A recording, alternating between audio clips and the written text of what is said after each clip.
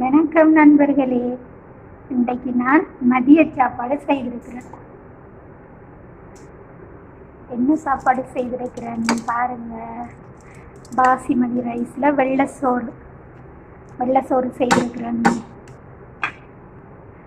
Mutton குழம்பு செய்திருக்கிறேன். Mutton குழம்பு வெஜிடபிள்ஸ் போட்டு வெண்டைக்காயும் உருளைக்கிழங்கும் சேர்த்து மட்டன் குழம்பு செய்திருக்கிறேன்.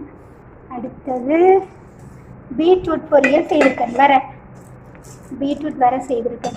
பாருங்க, நல்ல டேஸ்டாக இருக்கும். பாசிமதி ரைஸுக்கு நல்ல டேஸ்டாக இருக்கும் சேர்த்து சாப்பிடும்போது.